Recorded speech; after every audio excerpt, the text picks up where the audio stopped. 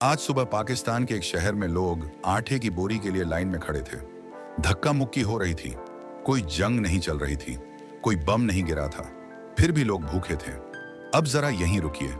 इसी वक्त भारत में लोग ऑफिस जा रहे हैं, मेट्रो चल रही है, यूपीआई से पेमेंट हो रहा है और टीवी पर चर्चा चल रही है कि भारत दुनिया की बड़ी इकोनॉमी कैसे बन रहा है। दो देश, दोनों 1947 में आजाद हुए, लेकिन आज एक देश आगे बढ़ने की बातें कर रहा है और दूसरा देश सिर्फ किसी तरह टिके रहने की कोशिश में है। सवाल बहुत सीधा है, पाकिस्तान यहां तक पहुंचा कैसे?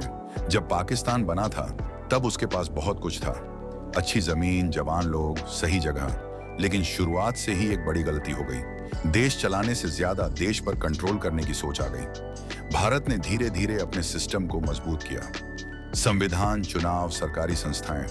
वहीं पाकिस्तान में सत्ता कभी नेताओं के पास रही तो कभी सीधे सेना के हाथ में चली गई और यहीं से उसकी इकोनॉमी का रास्ता बिगड़ने लगा। जहां भारत ने पढ़ाई, फैक्ट्रियों, टेक्नोलॉजी और बिजनेस पर ध्यान दिया, वहीं पाकिस्तान ने अपनी पहचान सेना और दुश्मनी के इर्द गिर्द बना ली। भारत ने कहा हम दुनिया के साथ व्यापार करेंगे, पाकिस्तान ने कहा हम दुनिया को डराएंगे। समय निकलता गया, भारत ने आईटी सेक्टर खड़ा किया, नई फैक्ट्रियां बनी। आज भारत दवाइयां, सॉफ्टवेयर और स्पेस टेक्नोलॉजी बेच रहा है और पाकिस्तान वो उधार पर देश चलाता रहा। कभी आईएमएफ से पैसा लिया, कभी चीन से कर्ज लिया, कभी अरब देशों से मदद मांगी। हर बार पैसा आया, हर बार थोड़ी राहत मिली, लेकिन सिस्टम कभी नहीं बदला। करप्शन बनी रही, बहुत कम लोग टैक्स देते रहे, अमीर और अमीर होते गए, गरीब और परेशान होता गया। आज हालत यह है कि पाकिस्तान के पास इतना डॉलर भी नहीं बचा कि वो कुछ महीनों का सामान बाहर से मंगा सके। रुपया लगातार गिरता गया, महंगाई बढ़ती चली गई। आटा, दाल, तेल, बिजली, सब कुछ आम आदमी की पहुंच से बाहर होता गया। अब जरा फिर भारत से तुलना कीजिए। भारत में भी दिक्कतें हैं, गरीबी भी है, लेकिन भारत के पास एक साफ दिशा है। भारत सड़कें बना रहा है, हाईवे, एयरपोर्ट, बंदरगाह। दुनिया की बड़ी कंपनियां भारत में पैसा लगा रही हैं और पाकिस्तान, वहां फैक्ट्रियां बंद हो रही हैं क्योंकि बिजली बहुत महंगी है, गैस नहीं मिलती, सरकार के पास सब्सिडी देने के पैसे नहीं हैं। जब फैक्ट्री बंद होती है तो सिर्फ मशीनें नहीं रुकती, लोगों की जिंदगी रुक जाती है, नौकरियां चली जाती हैं, घर का खर्च चलाना मुश्किल हो जाता है और फिर गुस्सा बढ़ता है। आईएमएफ कहता है अगर पैसा चाहिए तो पेट्रोल महंगा करो, बिजली महंगी करो। सरकार मान लेती है, लेकिन इसका बोझ हमेशा आम आदमी पर पड़ता है। आज पाकिस्तान में मां अपने बच्चों से कह रही है आज थोड़ा कम खा लो। ये बात किसी सरकारी रिपोर्ट में नहीं मिलेगी, लेकिन यही असली सच्चाई है।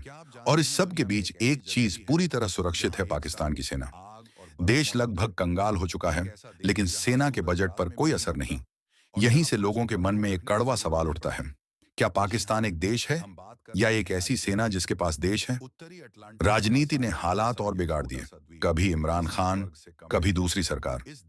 हर कोई कहता रहा गलती पहले वालों की थी, लेकिन इकोनॉमी और नीचे जाती रही।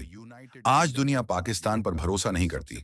निवेशक डरते हैं क्योंकि किसी को नहीं पता कल वहां कौन सरकार में होगा और बिना भरोसे के कोई भी देश आगे नहीं बढ़ सकता।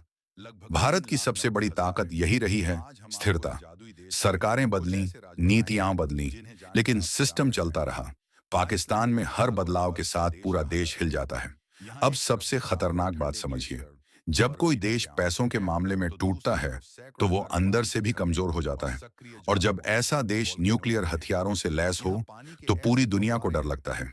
इतिहास बताता है भूख, बेरोजगारी और गुस्सा लोगों को गलत रास्ते पर ले जा सकता है और पाकिस्तान पहले से ही इस खतरे के बहुत करीब खड़ा है। आज पाकिस्तान सिर्फ आर्थिक संकट में नहीं है, वो अपनी पहचान के संकट में है।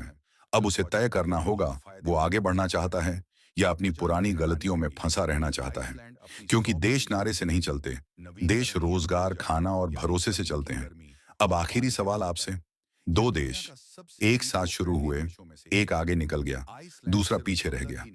क्या पाकिस्तान अब भी संभल सकता है या ये गिरावट उसकी आखिरी कहानी है?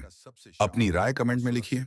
अगर आपको दुनिया की ऐसी सच्ची और गहरी कहानियां जाननी हैं जो सिर्फ खबरों में नहीं मिलती, तो चैनल को सब्सक्राइब कीजिए।